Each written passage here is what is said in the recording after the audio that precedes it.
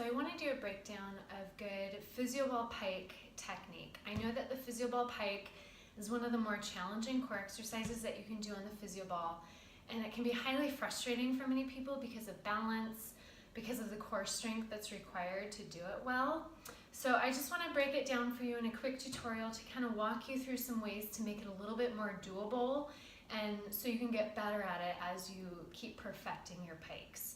So a good strong pike, essentially the full exercise is your feet are on the ball. I'll show you the ultimate goal here with a pike. Feet on the ball, hands on the floor.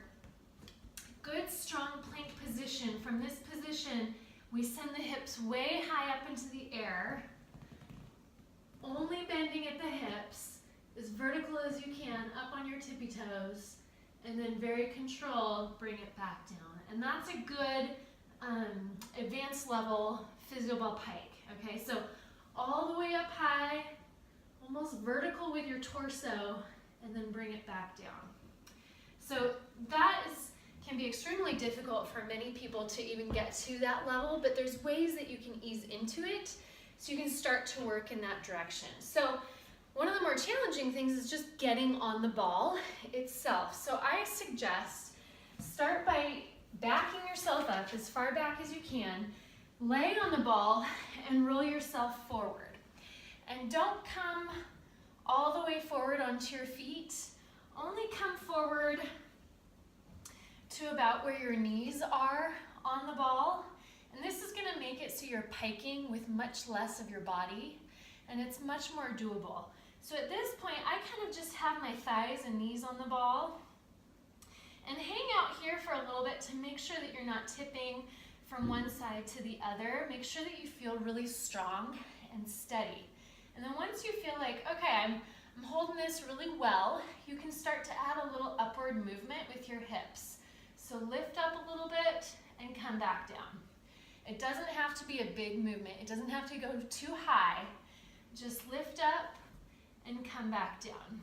What helps in this position is thinking about having really strong, packed shoulders and having really rigid legs. So point your toes if you need to. Get your quads engaged big time. So turn on your quads, your front of your thighs, and you're going to rise up and back down. Okay? And as you get better at that, you can roll back out of the ball. You can do it from more of your shins. So I'll show you there. If I roll onto it, I'm going to get out of the camera shot. But from the shins, or just from the knees, you can roll onto it the same. We do it profile picture so it's better. So shins are on the ball. You feel really steady, really sturdy here. You're not tippy toes, you're just shins. You're just going to lift up a little bit and come back down. Never go beyond a plank. Don't let yourself sag. Okay, this is going to ensure that you've got strong enough core strength to do the full movement eventually. So up in a tiny pike and then back down. Up in a little pike and back down. It doesn't have to be big movement. Okay, so things to keep in mind as you're doing your pike. Keep your torso really rigid, so shoulders packed in strong. Make sure that you're not sagging into your shoulder girdle. Make sure that you're pressing the floor away from you so you have good structure through your shoulders.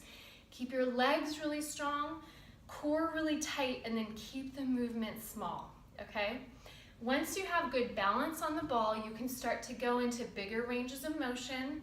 You might have to hang out in the ball in just a plank position to begin with so that you can practice just being steady on the ball, okay? So there's a good pike tutorial. Break it down however you need to, and eventually you'll get up to that full pike where you're up on your toes.